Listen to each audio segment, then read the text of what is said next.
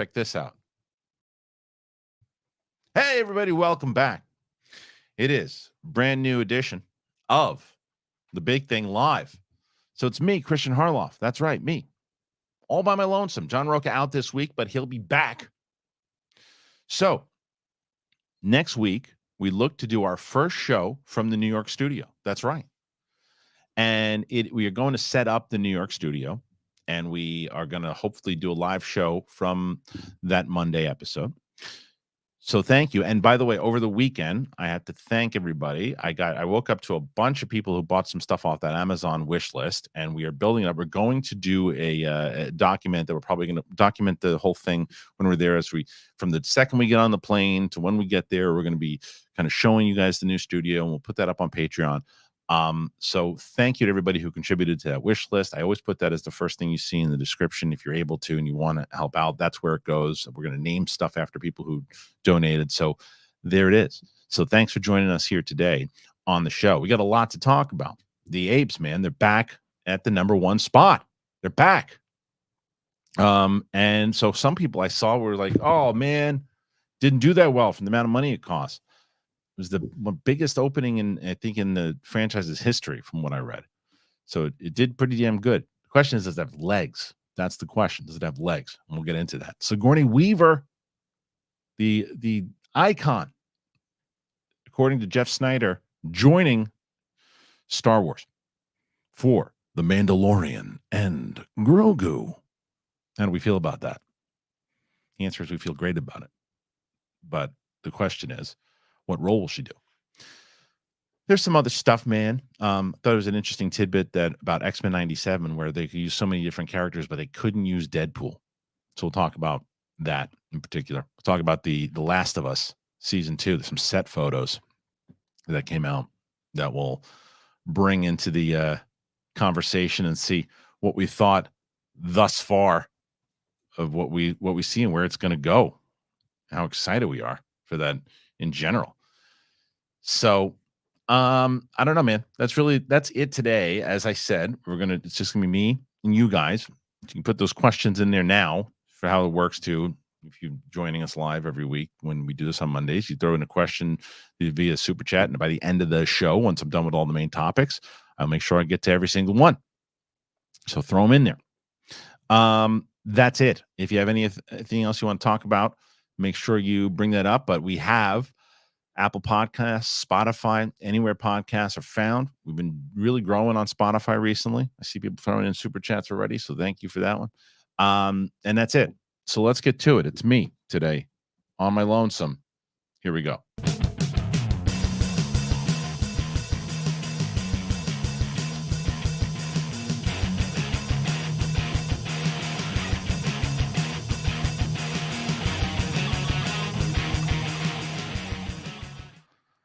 All right.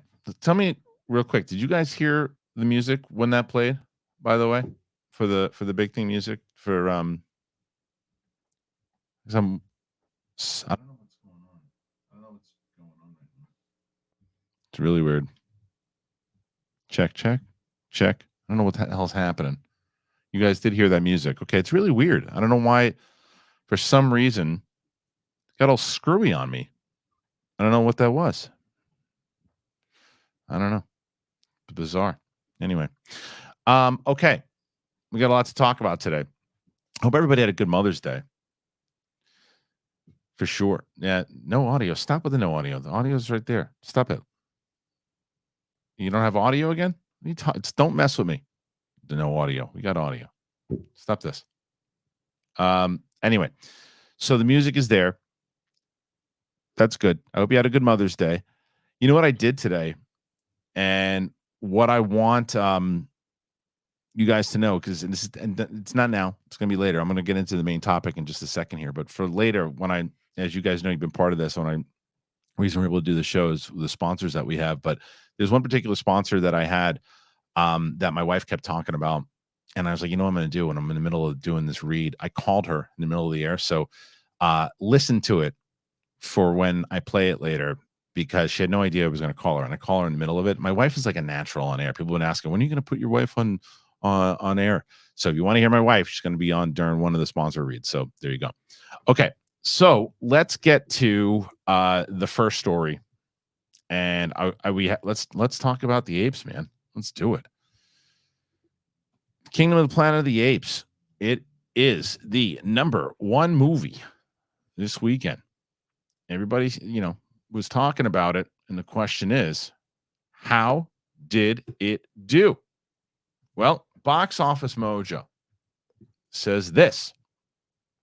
For the domestic, 56.5, Fall Guy 13.7, Challengers 4.7, Tarot 3.5, and Godzilla and Kong, the New Empire, still making money at 2.5 million. But Kingdom of the Planet of the Apes thus far has made 129 million.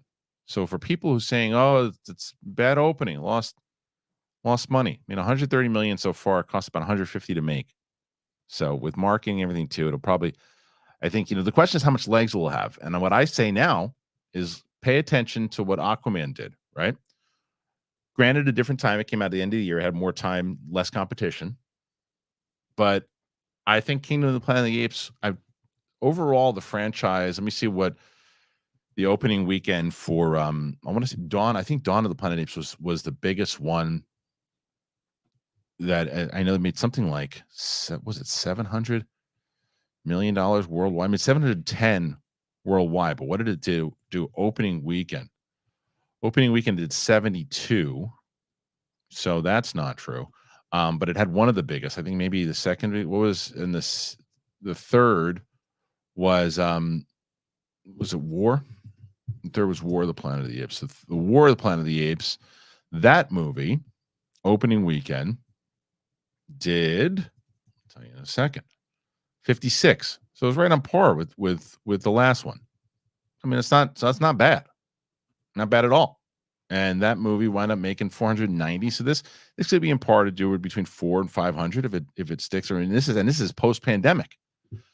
So I'm very surprised at the I think the cinema score from what it was something like a B. I'm shocked by that.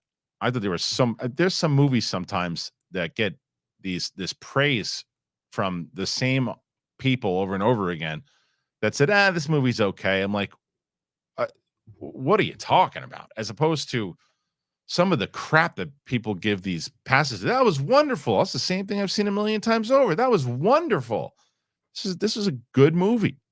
It's a really, really solid film. I like this movie a lot. A good emotion to it. It set up new characters. At the very least, I thought it was a B plus. I gave it probably between an A and A minus. I think a little more than A minus. Hey, I really like the movie. I dug it. I want to see it again. I'm very excited to see where it's going to go overall, how it's going to continue to push forward. So it ended up at 58.5 or something like that. What someone said. So I'm pumped for it, man. I'm pumped for more of this franchise. I thought they did a great job. Owen Teague did a really good job as Noah. There was performances were fantastic. It didn't have an easy task for the people who really loved those three initial movies. Andy Serkis as Caesar was the reason people were going to those movies too. It's like, I want to see where's this whole legacy of Caesar. What's he doing? And they don't have him in this one. And you got to establish a whole new bunch of apes. And I thought they did it very well. Yeah, the new characters hit for me. I'm not going to spoil anything for the movie itself because it's still out in the theaters. But there's some stuff that happens that I thought it stays consistent with everything that they had set up in those previous ones. Plus, it allows us to say, well, I wonder where they're going to go with this, if they're going to ever kind of connect it to the Charlton Heston story, which I think that eventually they can get to. So, I mean, I'm glad it made money. I'm glad that the question is, what is it going to hold? Because I think is it this week that Mad Max or Furiosa comes out? I know I'm going to see it this week. I don't know if it comes out this week or the following, but either way, that comes out soon. So that's going to tap into some of its budget, some of its box office. People are saying that Garfield got some good buzz on it, but a different audience. But still, those people are, instead of going to see Apes themselves, are taking their kids to see it. Or And I'm curious for that one. That one I'm probably gonna have to see opening weekend. Same thing with If, because I'm missing the screenings when I'm going to set things up in New York. But I'm pumped. I'm pumped to that the summer movie season is really starting to kick in. Yeah. So that's it, man. It's I think it's what is it? It's oh yeah, Garfield is causing fights in the theater. There was something that I saw that it was I don't know. It's more hearsay. So if I'm definitely no accusations, but from what I heard is some guy was yelling at his wife and his kid or something, or I don't know if he was roughing him around or whatever he was doing. And some boxer was there to see it, and the boxer said enough is enough. And came and whooped the guy's ass. I think that's what happened. Could be potentially wrong. Made that up. So I'm not naming names here. Anyway, but I see that there's more super chats coming in here, and I thank you. So you can throw those in there, and I will get to them. I will get to all of them. And I also want to make sure what I want to do first, like, because it wasn't last week, but what happened is 2 weeks ago, I believe, I missed a question. I missed one or two, but I definitely missed one from Carlton Rudder. And I want to make sure, and he emailed me. I asked him to email me his question that he sent in. He did. So I'm going to get to that today also. Just want to make sure I pulled that up. And that is it. So yeah. Okay. Cool. What'd you guys think? Did you guys see it? How many people saw the movie? And I'm so curious if you saw that. How many people saw Fall Guy and Kingdom? How many people just saw Kingdom? How many people saw neither yet? And if so, what are you waiting for? Is it Furiosa or are you waiting for something else? So curious. So curious how that's going to play. Yikes to the back. You don't like what that? You just stick it up your ass. How about that? Stick it up your ass. That's the kind of mood I'm in today. How about this? I mean, you want some Triscuits too? Come on over that. Stick it up your ass. This is why I don't do the live shows anymore. And how about that? You don't like my hat either, Mr. Critic? You can't take it. If you can't take it, don't be on the air. Yeah, I know. How about Dune? You like Dune too? How about that? You skunk. How about that? Put Dune right there for you. You hump. That's right. And you know what else I know you like? That's right. I'm here for you, baby. Yeah. Anyway. Okay. Let's get into some other stuff. What are we going to do? How about let's do this Sigourney Weaver. So I was going to say Sigourney Seaver. That would be good. Sigourney Weaver. Let's do it. She is apparently going to be in The Mandalorian and Grogu. Let's talk about this report that came out by Jeff Snyder over the weekend. I wonder why he dropped it over the weekend. Or did he drop it on Friday? I'm not sure. Where is it? Sigourney Weaver, the legend that is. There is a big rumor that she is joining the Mandalorian film. Okay. So, 3-time Oscar nominee Sigourney Weaver might be joining the Star Wars universe. The Alien and Avatar actress is reportedly in talks for a key role in the next film of The Mandalorian and Grogu. The project is set to be directed by Jon Favreau, who's also producing. Production on the project slated to start this year in advance of an expected release on May 22nd, 2026. It'll be the first of several other Star Wars films on the way, with one dated for December 2026 and another for December 2027. It's expected that the Sharmeen Obaid-Chinoy directed film starring Daisy Ridley or the James Mangold directed film about the Dawn of the Jedi will be the two. Okay.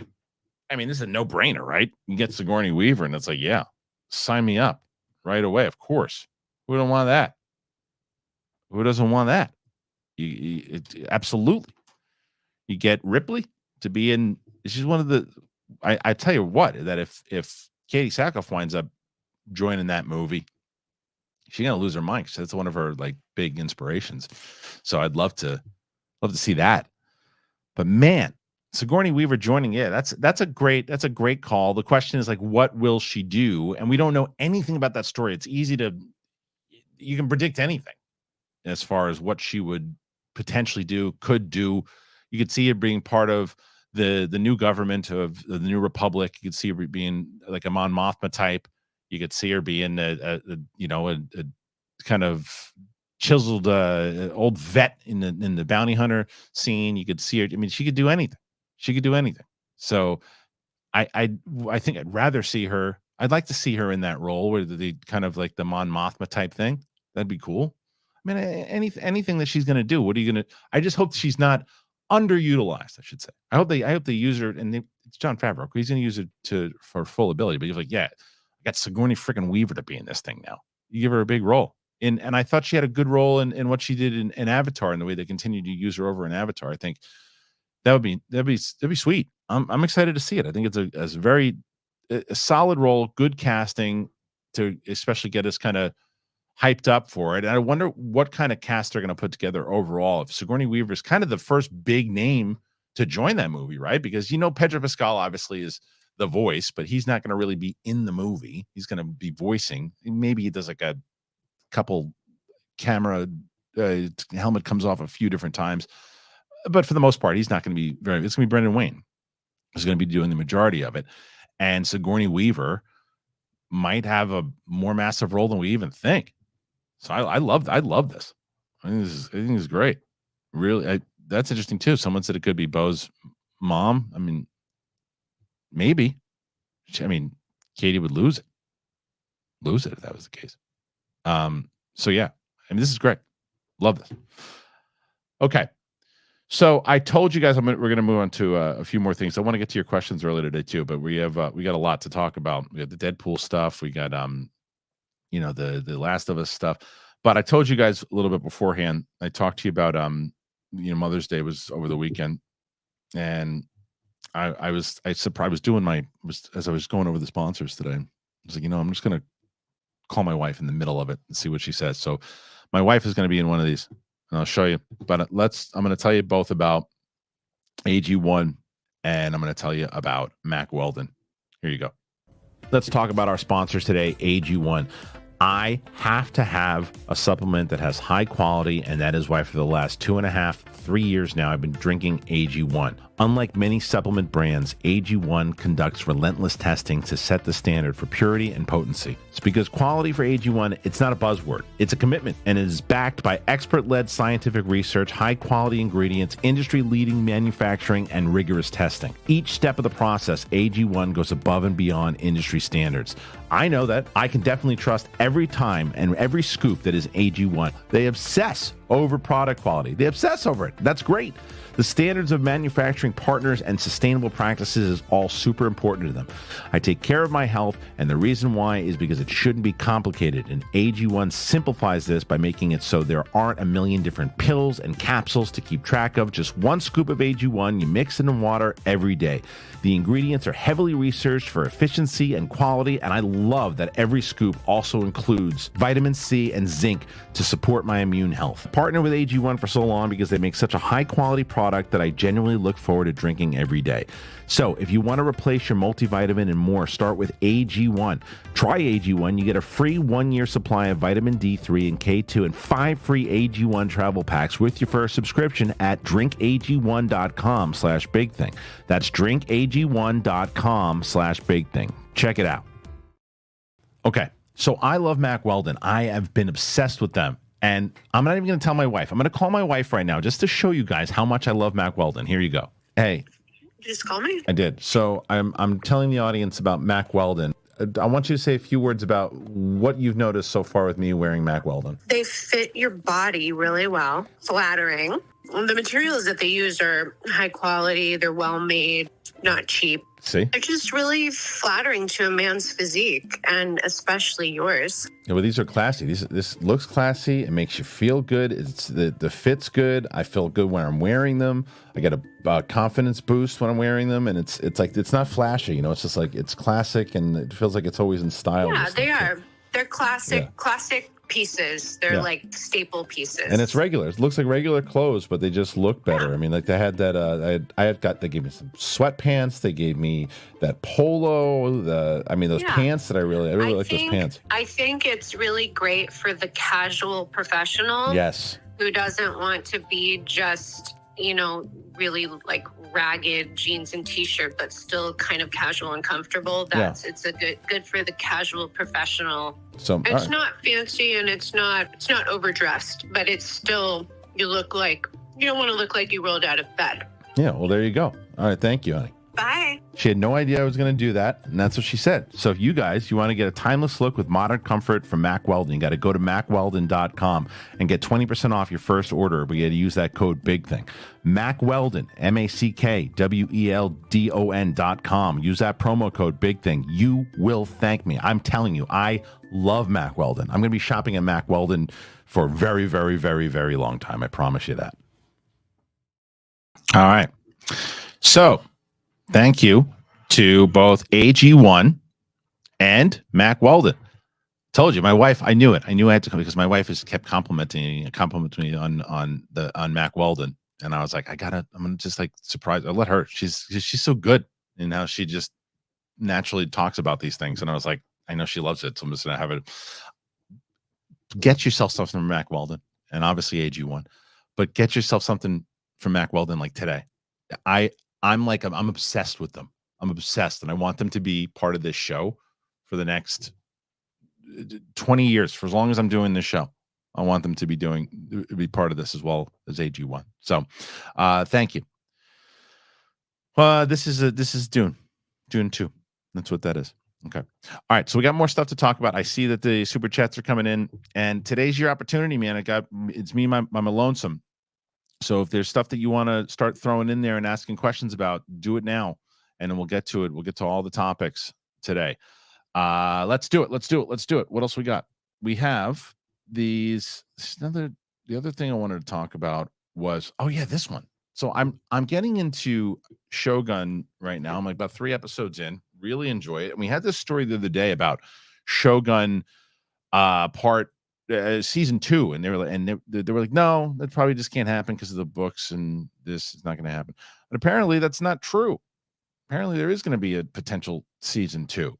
And this is what happened. This is the story that broke again over the week. There's so much stuff that broke over the weekend. Where the hell did I see this? The season 2 of Shogun. It's somewhere. But the question is, where did I see it, guys? I could have sworn that's where I pulled that picture from, that I saw it today. All right. Yes. Sonata closing a deal for Shogun season 2. Knew I didn't make that up. Veteran actor.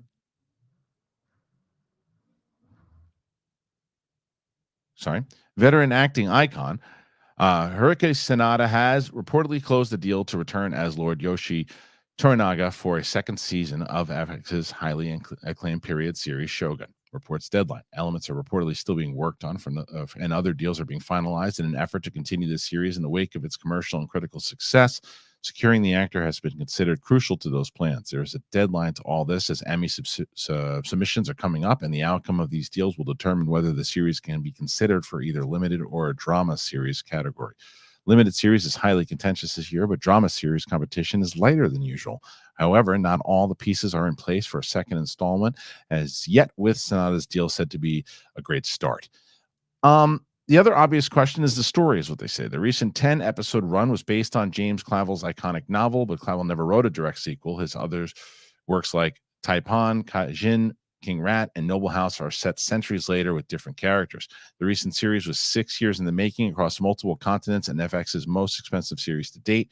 The results were widespread, critically acclaimed, and strong ratings, and the show pulled in 9 million views globally across Hulu, Disney Plus, and Star Plus in its first 6 days.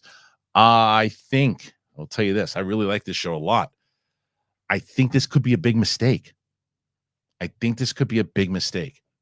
Because this could go down the road of the Game of Thrones thing where they're like, well, George didn't finish the novel. Let's just start writing stuff. And nothing against the writers who had this, but they adapted a book and made a great series out of it. I don't think it's a great idea. I think it might be too big of a risk to say, well, yeah, there's a good screenplay. It's, you had kind of the essence of where you wanted to go with it, but it's not really based off a book and the historical accuracy and this and that. And I think it might be a mistake. Is if it just to get the nominations on a drama series as opposed to the limited series. I don't know. It depends. It depends. They really got to lock it in, and they mean clearly the writers know the characters, so maybe they can go somewhere with them. But it took a long time to adapt just this book. Now I don't know if that's just because of legal stuff, or just to crack the code. But I mean, you listen to Justin Marks when he was talking, it just seemed like, yeah, it's not something we're gonna do. And I just hope it's not one of those things where it was like money knocking down the door of, hey, we need to keep this going. It's just too damn good. We don't want to quit here. So let's push out another one. That's what I hope isn't, because that's happened many times over, and we don't want to see that happen. So I don't know. Fingers crossed. I'm going to finish it. I'll tell you what I am watching. I started watching that show. Was it Dark Matter with Joel Edgerton and Jennifer Connelly? I really like that show on Apple, but it's right up my alley. It's about, so for what I read, I want to be careful and toe the line on, and I don't want to be spoilery. So when I read the description of what the show is about, what they give you, and it's essentially this guy is he works in quantum physics, and he's a teacher. And he had the potential to do more, but he's a family man, teaches at a college. One day, his friend who has made it says, "Hey, man, I want to give you a gig." So think about it. You have to kind of leave the family and do some stuff here. Well, what do you got? And it turns out he winds up getting involved in an alternate universe, a different version of himself. And it's just kind of like a mystery of what's going down. I'm just going to give you that. And it's Joel Edgerton, who's the star of the show. Jennifer Connelly plays his wife. And we're only there's only 3 episodes out right now. We're in the middle of episode 2, and both my wife and I are very intrigued. So digging it. I really like it. So yeah. I think that's it. Yeah, that's it. Okay. So let's move on to some more stuff here, because like I said, there's really a lot of stuff here. We can get to let's get to The Last of Us. I'm bringing, I don't know. I mean, I'm not even going to show the pictures. I mean, the Last of Us pictures, I think it's her sitting on a car, and then the other one is, what the hell else was it? It was just it's her sitting on a car, and then the other one is just like a building, and it looks like it's like a shot from the video game, but it's clearly not. And maybe that's the new Abby character. Who's this? So it's just to hype up the fact that, hey, don't worry, we're coming back, which is great. Oh, Ryan, I'm just busting your chops, man. I wasn't mad. I was. If you see me laughing and smiling and throwing things up there, it means that I feel like we're at a bar and we're breaking each other's chops. So don't, you gotta play with me. Play with me. Yeah, baby. Woo-hoo. Yeah. No, there's too many things to be to get worked up about. That certainly isn't it. So yeah, I know. There's the Rings of Power season 2 teaser coming out tomorrow. I don't know. I wonder how I can't imagine that they were too thrilled about the Gollum news, because I think more people are going to be excited about that than that show. That show's got one more season to get people back on board, and they got to shift their tone. They got to change up what they did the first time around. There's some episodes of that show that worked, and there are other shows it just felt it didn't have the essence at all, and some really bad plot twists. So I don't know about that one. They've got it was like, it reminds me of, it was almost like back in the day there was 2 different Ghostbusters cartoons that came out, and one, I think, were they both okay? I remember one was the traditional one that you knew from the movies, and the other one was like something completely different. I was like, I don't know, this is fine. Wasn't there like a gorilla Ghostbuster or something too? I don't know, but you don't remember that one as much. That's what it seems like. It seems like this one is the gorilla Ghostbuster one. Yeah. So I'm not sure. I'm not hyped about that show anymore. And I think that once you got, and the fact, I don't even think Peter Jackson was even asked to come back to that Amazon or even asked to be part of that Amazon one. So I think that was a mistake. I think if you would have gotten him involved in that, you probably would have had a little bit more people getting more psyched about it. But I think that show's going to be in trouble if they can't put together, and many shows, by the way, have done this. A lot of shows have had just an okay season one or not great season one, and then just said boom, came back strong in season two. They need to have a completely rehauled number two season where it's just like this is what the show has the potential to be, and just fire it up and get people excited about it. That's how you save that series. If it's the same kind of like, it's fine, you're not going to survive, especially with the Gollum movie coming out. So, that's it. Let's go. I think we have got some more stuff that we can talk about. Let me talk about that Deadpool story because I thought that was interesting. Did you guys hear about this? I guess X-Men 97 was not allowed to use Deadpool. That was the one thing that they weren't allowed to do, which I guess makes sense. We'll read the story and then we'll talk about it. But all right, here is the story as I read it from Dark Horizons, and it says Deadpool was off limits for X-Men 97. Marvel Studios' animated revival series X-Men 97 has seen several characters who appeared in the MCU show up on screen, including Captain America and Spider-Man. However, show creator and former showrunner Bo DeMeo has confirmed that one specific character was deemed as a no-go area, and as Deadpool. Asked where the character is at by a fan, DeMeo responded on X saying he was off limits. Disney put a foot down, not allowing the character to appear, not unexpected, with the live-action Deadpool and Wolverine film coming in July. The comment comes ahead of the show's season finale, which will air on Wednesday. The series is in production on the second season and is already considering a third.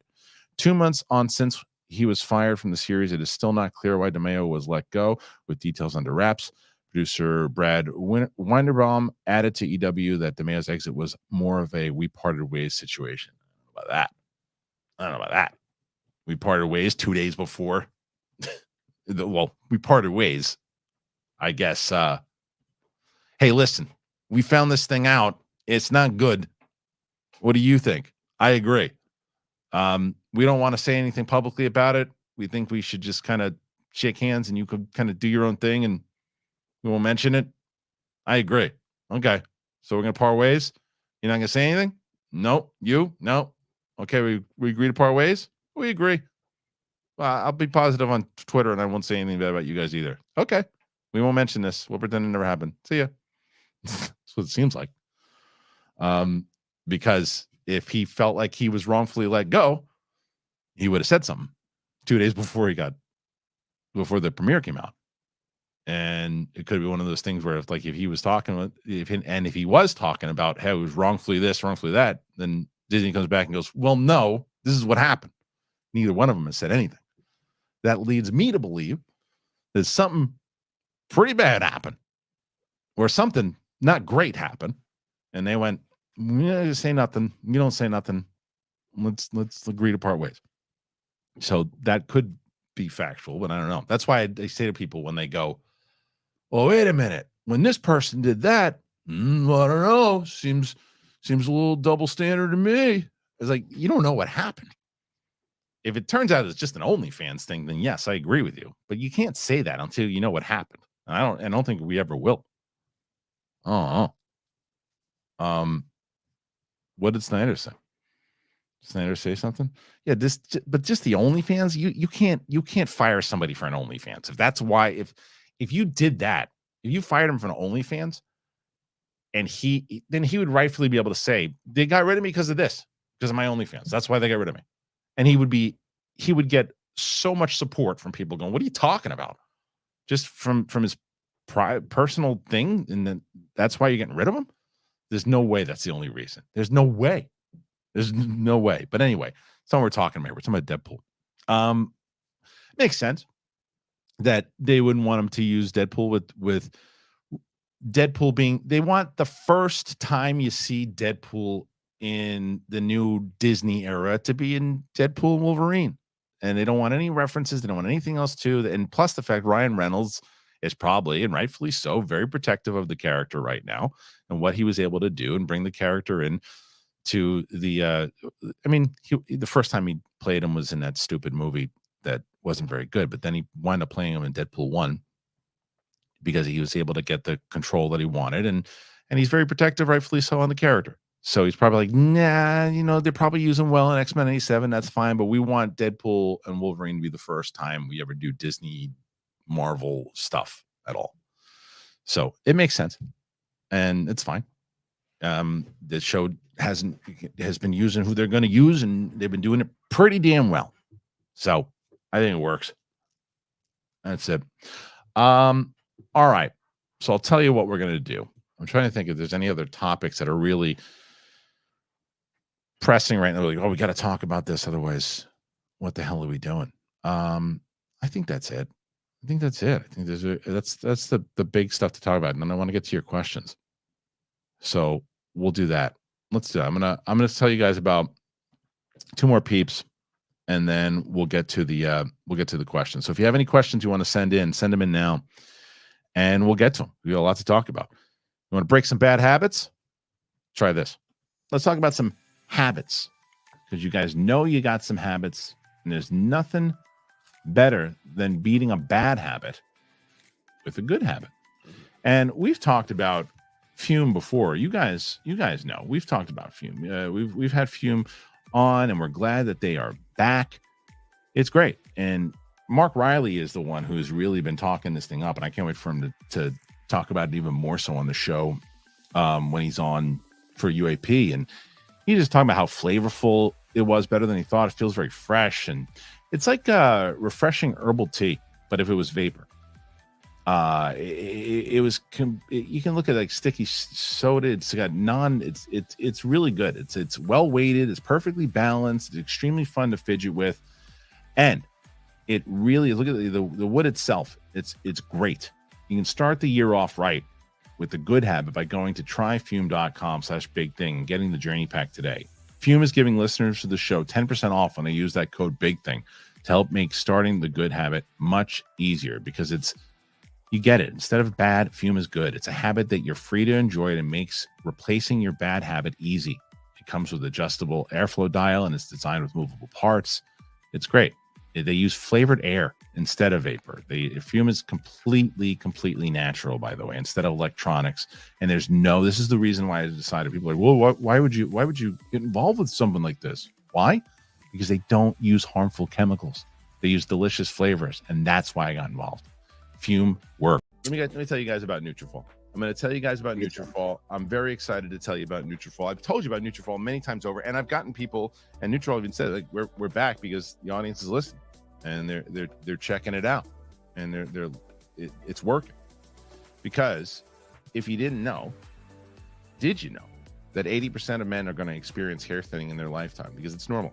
It doesn't have to be your fate. You can get ahead of it with Nutrafol. What is it? Well, it's a clinically tested hair growth supplement for men. A lot of times you blame genetics, but there are multiple things at play when it comes to hair thinning. So what is Nutrafol? It is the #1 dermatologist recommended hair growth supplement brand, with over 1 million people seeing thicker, stronger, faster growing hair with less shedding. You can take the first step to visibly thicker, healthier hair. And for a limited time, Nutrafol is going to offer our listeners $10 off your first month subscription and free shipping when you go to Nutrafol.com/men. You got to enter that promo code BIGTHING. You can find out why over 4,500 healthcare professionals and hairstylists recommend Nutrafol for healthier hair. Nutrafol.com/men. Nutrafol.com/men. You got to enter that code BIGTHING. Nutrafol.com/men. Promo code BIGTHING. Very excited to have them on board. All right. Thank you to both Fume and to Nutrafol. Like I said, guys, many times over, I make sure that I'm partnering up with people that I think is going to be beneficial to you guys. You guys have spoken. Keep getting people who are signing up, and you help the show. You help yourselves out. So all the links to the description, to our sponsors, are in the description. So make sure you check that out. All right. We have a lot of questions here today that I want to get to, and I want to make sure that every time I do this, you guys know that whatever it is you want to talk about, it could, I mean, obviously movie related, trailers, TV, wrestling, whatever it might be. You want to talk about it, it can be anything. Let's talk about life. Throw in a super chat. Let's have a conversation. The first thing I want to do is I want to bring up a question that Carlton Rutter had brought in. This was about 2 weeks ago, and for some reason we missed it.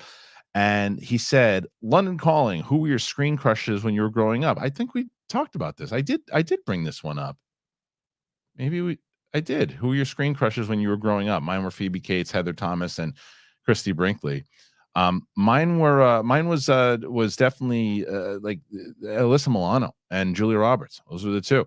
I just wanted to take this opportunity also to thank you for your channel with all your colleagues and the various shows you host. Thank you so much. So much I've started my own movie review blog. That's awesome, man. Thank you, Carlton. Yeah. Alyssa Milano and Julia Roberts. Those were my two. And I think that was like everybody else when I was growing up. But there's as where I'm sure tons of people now today is like Margot Robbie and Sydney Sweeney. And so there you go. That was mine. All right. Now today's questions start here with Dennis Hoffman. I really enjoyed the new Apes. By the way, we'd love to see you interview Frank Grillo. I did interview him once at Collider Live. He was great. Feel like you'd have an awesome conversation. Your vibes would sync. I've interviewed him before. And we did. I can't remember what I did. I wound up something happened where what did I do? I messed up and I said something stupid. I didn't have enough sleep. And he was kind of broke my funny the way he did it. He broke my balls. He said something along the lines of like, what are you talking about? Is this what you do? I can't remember what he said, but it was, I just remember going, I like this guy. Definitely see like just cracking jokes. It was good. Man, I gotta make sure I edit this stupid audio thing out from earlier today too. Once I re-upload this, I'm not gonna re-upload it, but I'll just do the YouTube fix where you can knock that out. It was real annoying, wasn't it? I think so. Okay. Let's see. So we're going down all the super chats here today. And next one was from our good buddy Galaghost, who said, stuck in meetings all day and thought I'd love to send some love in before the move. Stan Lee said it best. You can't buy love, but you can rent it for 3 minutes. Cheers. Thank you. Yeah, you are, I mean, they are like the people that I always know every single time are throwing in some love and support, and you are always one of those people. So I thank you so much. Every Monday we have like it's like I feel like we have like a bar on Mondays, and you always get like the regulars that come in and sit around the bar and get like and Gallagher's definitely like one of our is like our norm. And cheers for sure. You always know you're gonna see him there, and he's gonna get a laugh, and he's gonna cheer you up. Mike Joyce, I don't buy your argument the other day that it's too expensive to go to the movies. Subscription services like AMC A-List and Regal Unlimited, 1 out of 2. It's not, I didn't say that it's just too expensive overall. And you see you're talking here, Mike, I think, correct me if I'm wrong, and I'm sure you have a part 2 here. You're talking as if just one person going by themselves. You're not taking into consideration families and stuff too. Because I can tell you there's another person in here that I talk to often who will definitely go with the fact that they choose whether you have the AMC thing or not. You choose to go to the movies now where it's like, okay, look, I've got this that I want to see. The family wants to see it. And you're spending money on 3 to 4, 5 people. Plus you're doing treats. Maybe you're going to dinner. I don't know. But you got the treats are going to hit you in the pocket every single time when you go. So whether you have the Stubs thing or the A-List and all that Regal Unlimited, you're still gonna that's yet another subscription you're also paying for. Plus the fact you are paying for Apple, Disney Plus, Hulu, Amazon Prime, Paramount Plus, all these different things. You didn't have that years ago.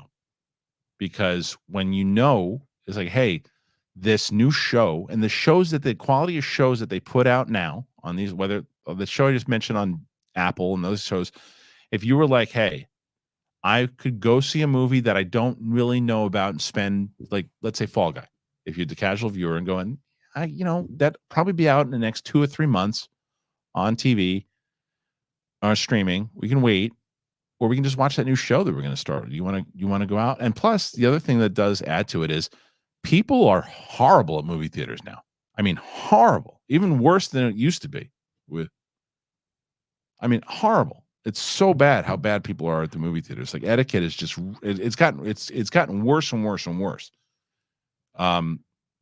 So yeah, I'm gonna respectfully disagree with you. I think that it pricing absolutely has a lot to do with why people and things have gone up. Not everybody has that service, by the way. A lot of people do, and those people are the ones who are going to the movies still. But not a lot of people, I shouldn't say not a lot, but a lot of people don't have that service and don't subscribe to that service. So it absolutely is a reason why people don't go to the movies. I guarantee you. So I will respectfully disagree with you, my friend. Yet again, another guy who's sitting at the bar every Monday. So Mike's one of those. Mike's a good guy. He's always in here supporting, and I like the way Mike presented that. I don't like, it wasn't disrespectful. He said, I don't buy it. I don't buy what you said last week, and here's why. I don't agree with his take, but we had a nice conversation about it. Thanks, Mike. Wesley Cunningham.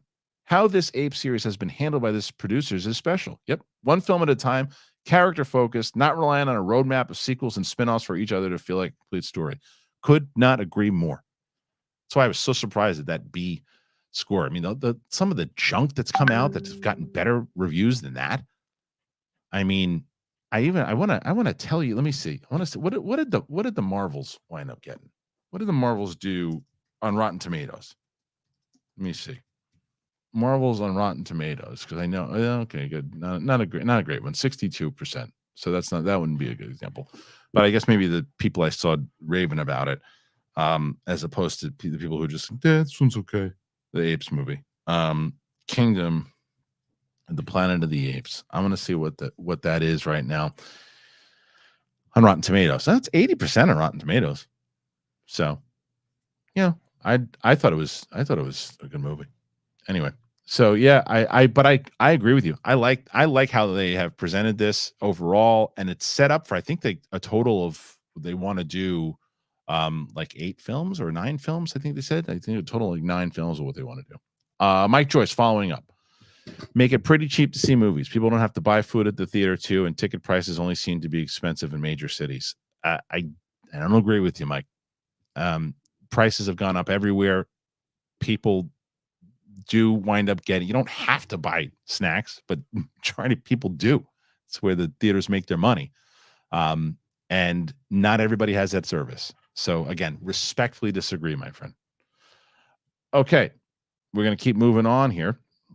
I mean, you still have people throwing in questions, and I stay here until the questions are done, so don't worry. Carlton Rudder, there he is. I saw If on Saturday. For me, unfortunate misfire. No. Sweet movie, but real pacing issues. Gags didn't land. Reynolds a bit flat, but Kaylee Fleming was super. Oh, that's a bummer. That's a bummer. Well, I'll tell you that I feel like my 6-year-old will still love it, right? Because she's so, anything that pops up with that movie, she's just so, she can't wait to see it. So that's going to be the movie I'm going to take her to see over the weekend. But that's a bummer. That's a bummer. Oh, what a bummer. Okay. Zach Woolley. I don't. Sigourney Weaver could be a new Leia Solo. I don't know if that came out the way you wanted it to. But I'm not. I don't want to try to make up what you said there. Okay. Is that it for today? Well, we had a short one today, guys. Oh no, we got Pete Parker, 2288. Did you watch Unfrosted? Oof, it was pretty bad. I don't know what that is. Just binged Bass Reeves on Paramount and thought it was great. Barry Pepper's so underrated. I have not seen Bass Reeves, and I don't know what Unfrosted is. Let me double check. What's Unfrosted? What the hell is that? Unfrosted. Unfrosted. Is that the Jerry Seinfeld thing? No, I heard it was the farts though. I didn't hear it was. I heard it wasn't that good. So I guess you're also saying not that good. Yeah, I heard it wasn't that good. I mean, Jerry Seinfeld doesn't mean this is an excuse, but it doesn't really. Jerry Seinfeld could put out 8 shows for the rest of his life, and they could all be the worst things ever. Wouldn't matter, is generations upon generations upon generations will benefit from his last show, the whatever it was, Seinfeld, for however many seasons it was. But yeah, that's a bummer. That's a bummer that it wasn't very good. It had like a pretty solid cast. Artem Chakramanyan. I'm a huge Star Wars fan, but starting with The Last Jedi, I don't trust trailers anymore. That's why I don't know what to think about Acolyte trailers so far. That is the most fair statement anyone's given in this stream thus far. Totally agree. Yeah, I mean, and it's not just The Last Jedi, but there's tons of times where trailers can trick you and polish it up. I don't know. And what's funny about that is it's like, I assume that you think that the trailers look good for Acolyte, and a lot of people do. So that's why but I still don't want to trust it. I feel in the same way that I'm like, I don't love the trailers so far, but I also don't know how much that's going to represent the show that we're going to get. So I'm still going out. I'm going in there with, okay, let's see what the show is. I'm going to give it the benefit of the doubt. But it's because of the fact that it's been so subpar, a lot of these things.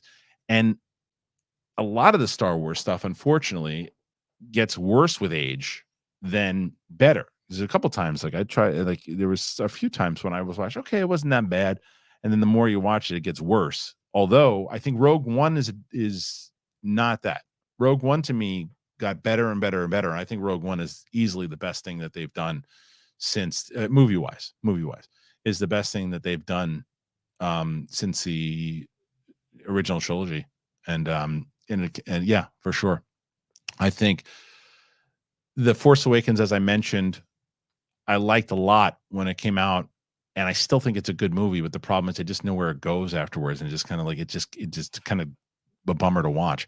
But when you watch the Acolyte's like, okay, well, what is this? And I think I had this conversation with a patron recently too, and I was just like, it just looks generic. And he's like, well, define like what do you think generic is about it? And I was telling him my examples and what I thought, the reasoning behind it. And I hope that as I'm watching it, I'm going, well, no, they did some good writing here. That's what's been missing. The writing hasn't been good in I think since like season 2 since Andor. The writing in Andor is fantastic. The writing in Obi-Wan was not good at all. Writing in Ahsoka was not good at all. And I hope that the writing is good for this one. She's a good writer, Leslie Henley, or good storyteller. So hopefully writing is hopefully they define the character. So we'll see. But I think you're absolutely in the right to be skeptical on it. Okay, next one here, and this is from the Dart 005. Nice to hear another man's wife opinion on Mac Weldon. Well done. If you know, you know. If you know, you know. That was good. That was a good one. That was good. That was really good. I'm not even going to explain the joke because if you know, you know. Jim 1. Have you seen the Hunt for Gollum YouTube movie? Pretty good for a 3K fan film. No, I haven't. Not sure how WB can stretch this short story into a big budget film. Is that where it came from? Did it come from that YouTube movie?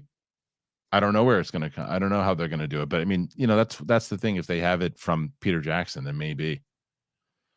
Yeah. Okay. Let's see. Let's go to the next one here too. So we just started the super chats. This is what someone asked. Now we're kind of deep into them now. Pete Parker, 2288. Is it ticket price or snacks that are the issue? That depends on who you're talking to. Because if someone does have that AMC pass thing or, the Regal thing, then it's like, okay, I'm going to go X amount of times a week and do that. But the question is, are you paying for your whole family to go? Are you paying just you to go? The snacks do get more and more. I mean, the snacks now it's insane how much money the snacks are now.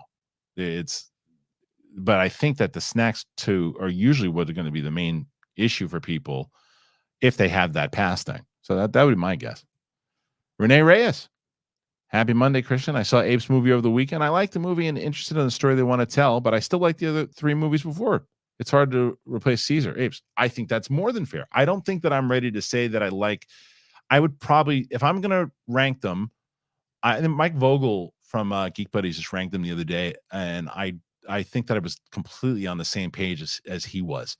But if I'm going to rank the new ones and not include the Charlton Heston ones, the older ones, the new ones I'm going to say, and this doesn't say anything about the quality of the movies. I'm just going to say how I would go: Dawn, Rise, War, and then Kingdom. And I could potentially put War and Kingdom in the same spot, but I got to see them both again.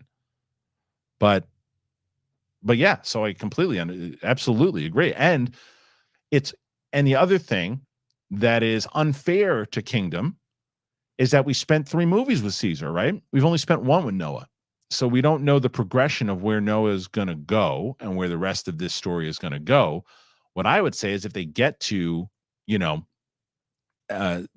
the next 2 movies, then let's compare the total Kingdom, whatever the next one is, whatever the next one is, and then compare them to the original 3 with Caesar and go, I don't know.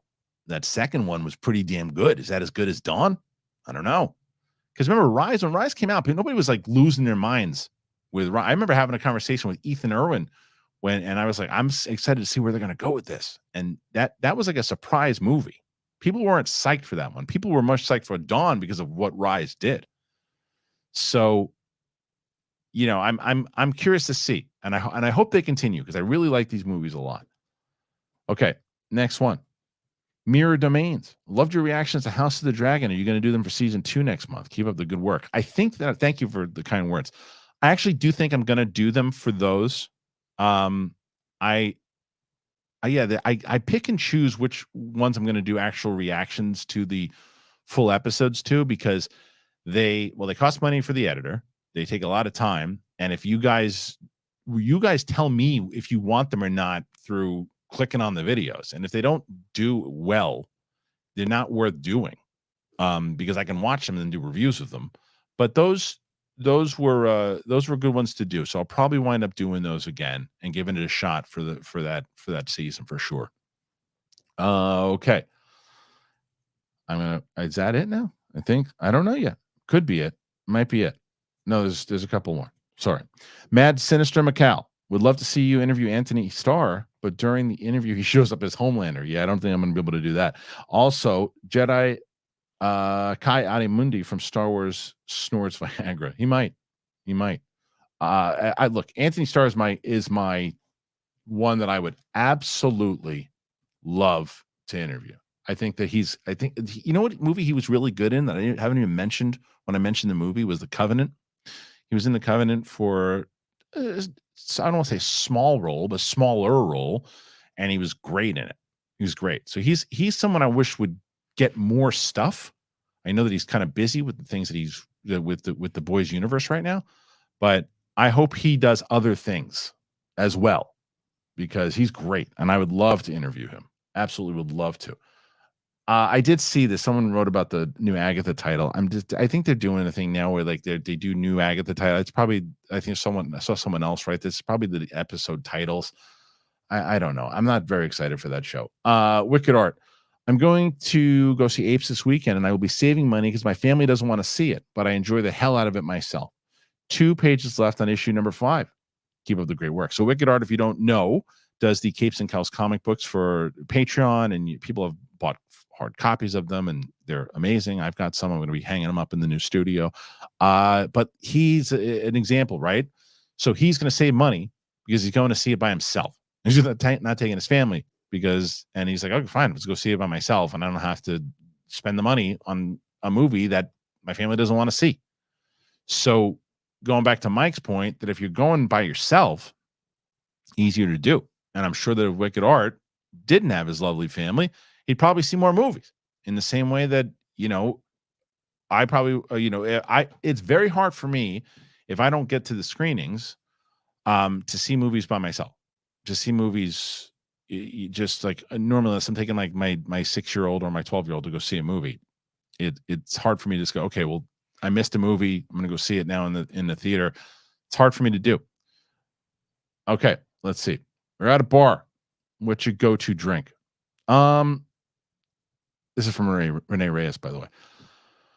Probably either rum and diet or kettle and Sprite. But I will tell you that most recently I've been drinking wine, man. I've been drinking wine. Depends on the bar that we're at too. But I've been drinking wine. When I went to meet my friends last time when I was in New York, I was just drinking wine. And I tell you, last night, Mother's Day, glass of wine. So I really wanted freaking First Leaf to come back. You guys didn't buy any wine. You had this great wine subscription. You guys didn't buy any of the wine. They didn't come back. I loved having them on. They were great. That deal, I'll tell you, because you guys are my buddies.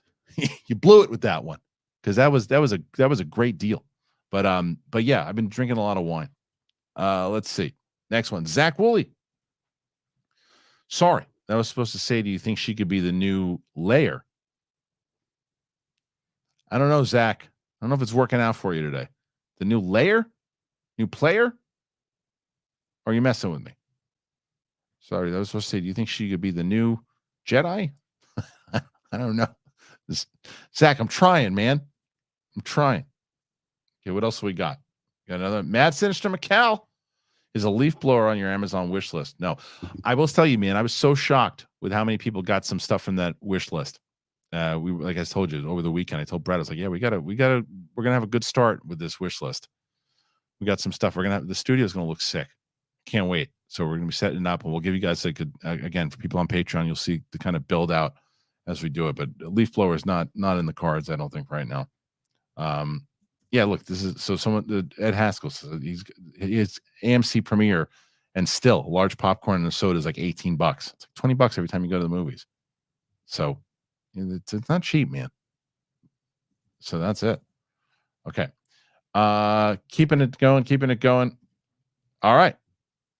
Kiki and Luca, big fan of yours. Thank you very much. Many theaters are empty. Will there be a day when theaters will go the way of the drive-in theater and disappear completely? I don't think so. First of all, I think big people with money won't let it go away. That's part one. But I do think eventually studios will own theaters and the theater chains might go out. That is more likely, is that the theater chains might not be able to, or might have to change their ways. But and I don't know if I shouldn't say never, because the other idea of it is, with virtual reality and certain things that can happen, with virtual, the way you can bring things up and the way technology is changing, who knows? Even the other day when with whatever, it's not even called Oculus and Meta, whatever it's called now, I have one of the headsets, and even watching like Amazon Prime through that, you feel like you're in the movie theater and you see the big screen. This is like the 8-track version of that in like 5 years. What virtual reality is going to be like, you probably don't even have to have the big clunky thing on. It probably just zip you right into it. So it might be the Wall-E situation of where you can actually place your, like, if I was able to get to it, if I could just push a button, and this is no technology that exists right now, but if I could push a button that allowed me to be in the theater, if I could watch this, I can watch Dune 2 in a theater experience right now with the sound, like if I had the sound in my ears, and it could be like the same type of sound with a big, huge screen that I could do virtually, and it just feel like I'm actually watching it. Or you're like, well, you have to sit next to a bunch of people on their phones. The guy who's eating a burrito, farting his ass off the whole time. What do you choose? Give me the button. And as tech keeps going on and on and on, that might be a thing.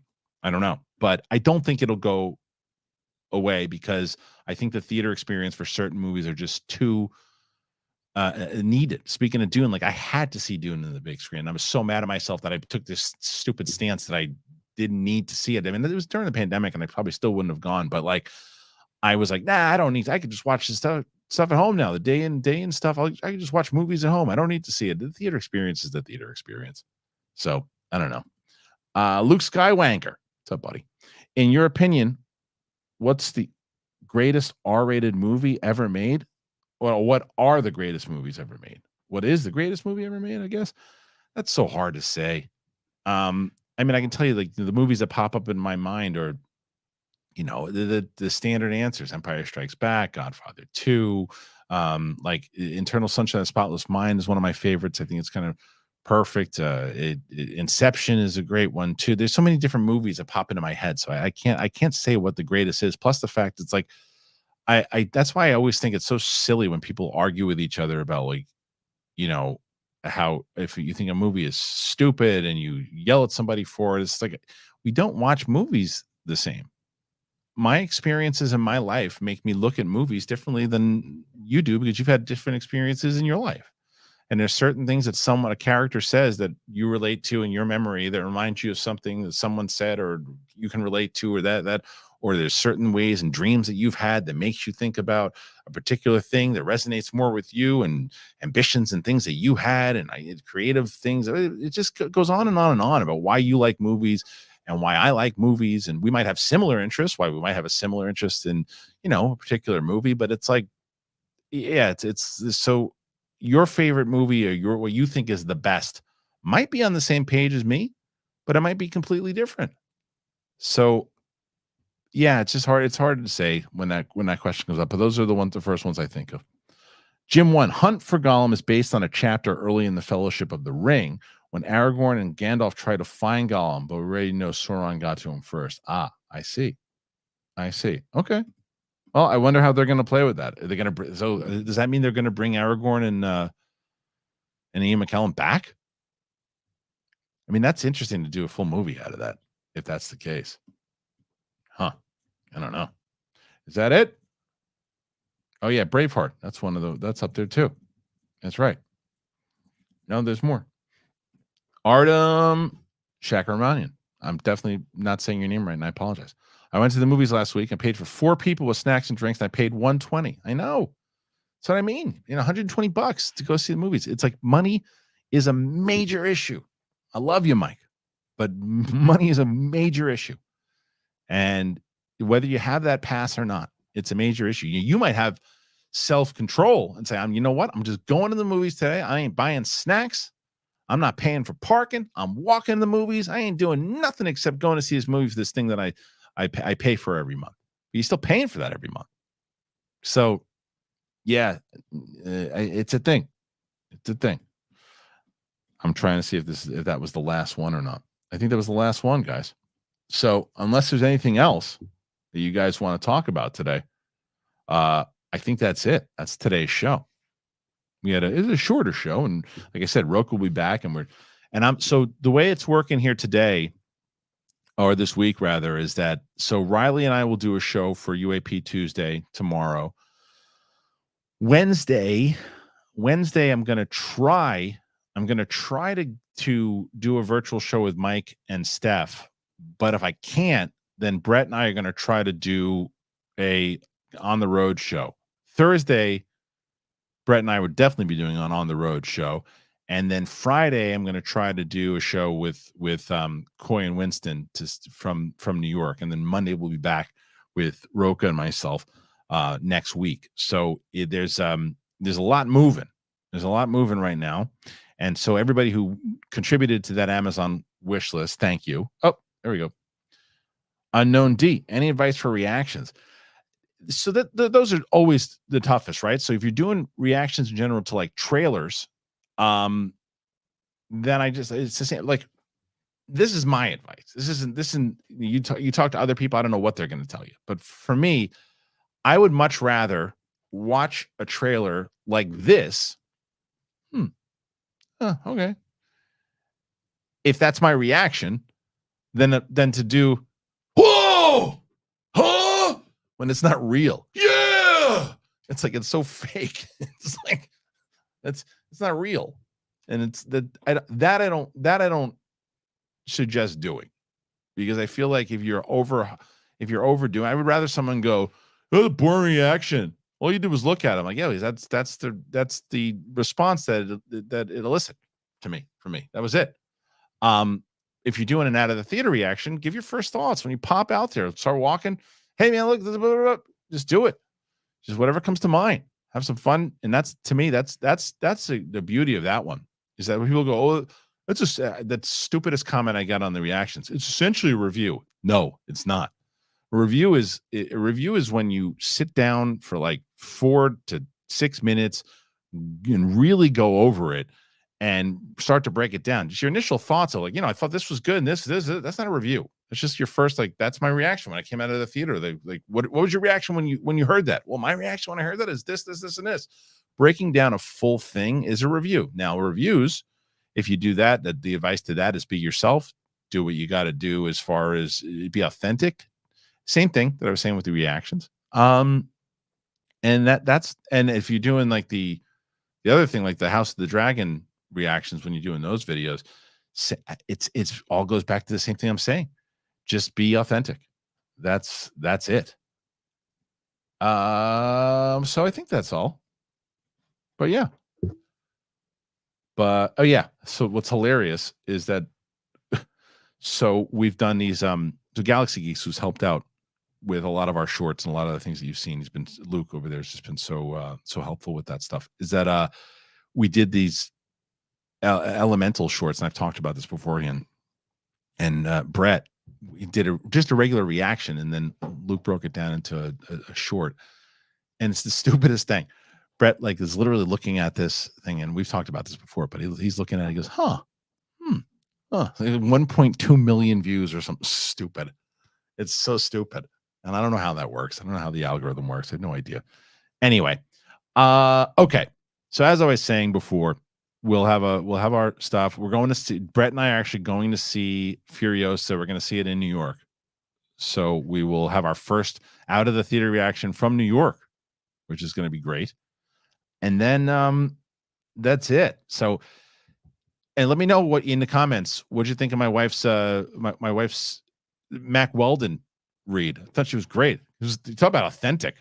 That's what I knew. It's like she was so good. She was so good. Any one of our sponsors here today, please go ahead, sign up. You help out the show tremendously. You help out the channel. You help yourself out.